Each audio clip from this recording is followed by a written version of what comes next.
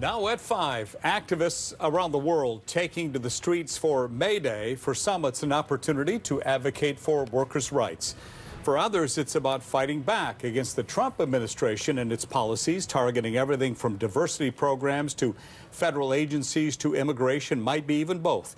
You're looking at video from around the world, from Portland to Washington, D.C. to as far as Uruguay and Italy, and many events expected to continue into the evening tonight. Thanks a lot for joining us, everybody. I'm Steve Dunn. And I'm Rick Yazway. Katu's Vasily Varlamos has been following May Day protests in Salem for us today. And Vasily, the governor and state lawmakers were there. What do they have to say? Yeah, right. Governor Kotek and other lawmakers spoke about the need to protect and support workers' rights in Oregon while also pushing back against the federal government's stance on immigration. Families, workers' rights organizations, and hundreds of others gathering at the state capitol in a display of cultural appreciation and advocacy. We want to make sure people know that immigrant workers, immigrant Oregonians are home. They're a part of what makes this place beautiful, and diversity is one of our biggest strengths. There were some security concerns before the march due to the political climate on immigration. Reina Lopez, executive director of PCUN, one of the march organizers, said they had to implement extensive security measures, but the event went on without incident. I think that everything that we've done to lead up to this event is really making it feel super safe. Along with the march around the Capitol, there were cultural performances, vendors serving cultural food, and speeches from advocates. Governor Kotek speaking at the event championing work to improve workers' rights, such as farm worker overtime, raising minimum wage, and the right to refuse a dangerous job. As your governor, I pledge to continue working alongside labor unions and advocacy groups to build an Oregon where every worker can thrive. The governor also spoke out against the Trump administration's stance on immigration enforcement. I believe to the depths of my being that our immigrant communities make us stronger. And Oregon will not be bullied into violating our principles and our laws.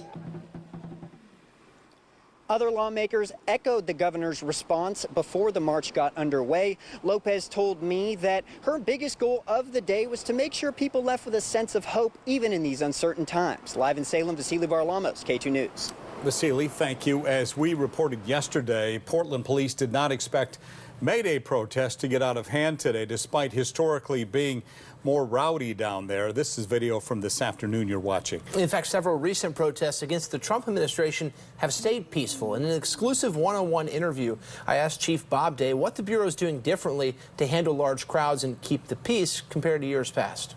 We have spent the last couple of years, we began with an independent report that was done, and we've adopted a lot of recommendations that came from that.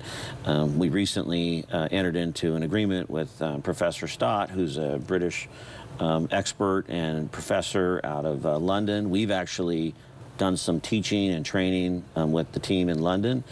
He has come here and really provided us a new perspective, an international perspective on crowd and crowd behavior.